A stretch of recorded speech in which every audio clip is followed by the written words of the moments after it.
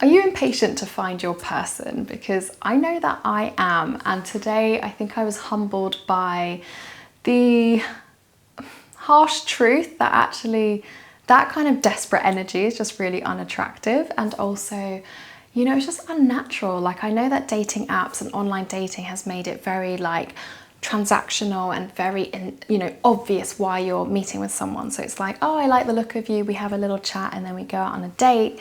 But when you meet someone in person, and you know, maybe it's at a party, like a shared interest, so maybe it's the same hobby or the same church, or you know, something that's bringing you guys together, and you see someone that you find quite attractive, and you want them to ask for your number, and you want to go for a coffee, and you want to see where it goes, but they don't ask for your number. And you know, that might actually not be a reflection of them not wanting to ask for your number, but according to these guys I talked to this evening, they were like, no, I'd want to see the woman more in community, I'd want to build up a bit of a friendship, I'd want to see her in a few different instances before even, you know, making that kind of move to suggest exchanging numbers or going out for a coffee. And I challenged them on that, because I said, what if you never see her again? And they said, well, yeah, that is a problem.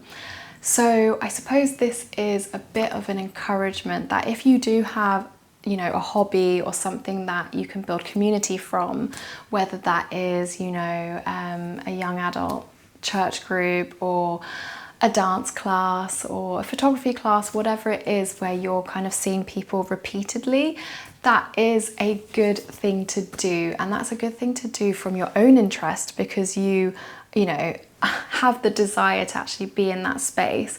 And I think if we move in these spaces with less of this kind of, you know, desperate energy of like radar, like, are you my husband? Are you my wife? It will be a lot easier to just be. And that actually coincidentally is my word of the year, is to just be. And it was a really good humbling moment of like, yeah, we actually have become so impatient. We want the meet cute, and we want the meet cute now. We want the date, and we want the date now. But really, the best thing to do for your dating life is to just be out and about and living life with joy. And I know sometimes it can be like, oh, do I have to go out? Do I have to socialize? And it can be challenging, but I think if you go to events that you genuinely want to go to, it's not just, oh, will I meet someone there? It's like, okay, I genuinely want to see this venue, I definitely want to go hang out here for whatever reason.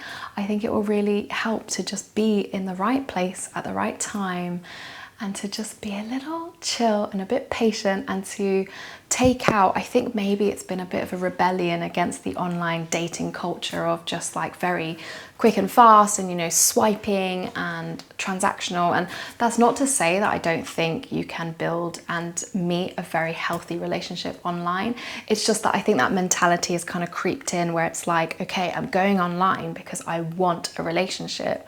And if we take that energy to real life events, it just doesn't work, because you know, you want to have that more natural tempo of building up, even if it's not like building up a solid friendship, but just building up, seeing that person in a few different instances, seeing how they interact with people they know, with people they don't know, and just giving ourselves a little bit more time to build that attraction, and to also build up that, I don't know, I guess the anticipation, and to really trust that God has got it. Like, if this is the person for you, it doesn't matter if they didn't ask for your number the first time, as long as you keep putting yourself out there and you see them multiple times, it might happen. So I think it's really about, there's a really fun quote that I like, which is, don't play hard to get. And obviously I'm very against games, because I do think if you play these dating games, you're just training someone to think that you're someone you're not. Because if you're not like a play it cool type person, they're going to find that out eventually in your relationship. So why kind of make them think you're this kind of person? Anyway, side note. So don't play hard to get, be hard to get. So, you know, be hard to get because you are living your life. You're spending time with your family of origin. You're spending time with your friends. You are, you know, really leaning into interests and hobbies and skills and talents and things that you can learn and things that help you to grow as a person, because that is really attractive. When you meet someone who is passionate about life and who has things going on, that is also a really great conversation starter as well. So this is just my encouragement to yeah, take a leaf out of these these guys that I talked to today's book, and just, you know, be a little more chill. Make sure you're in the proximity, so you want to be in the spaces where this person could be, but also don't have the pressure of like, oh my gosh, I've seen this person once and I might never see them again. Why aren't they asking for my number?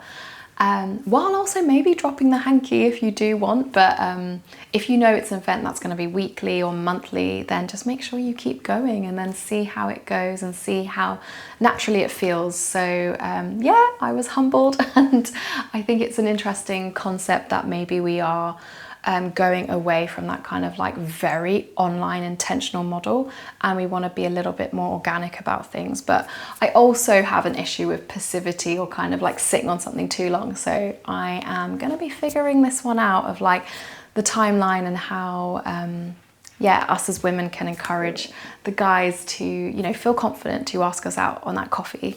And a date is just a date, it's just to get to know someone. So anyway, my 2 cents for today, that we have become a very impatient generation, and it may be seeping into our dating culture, and we might have unrealistic expectations of people, and maybe we think, oh my gosh, he didn't ask my number after meeting me for 3 seconds.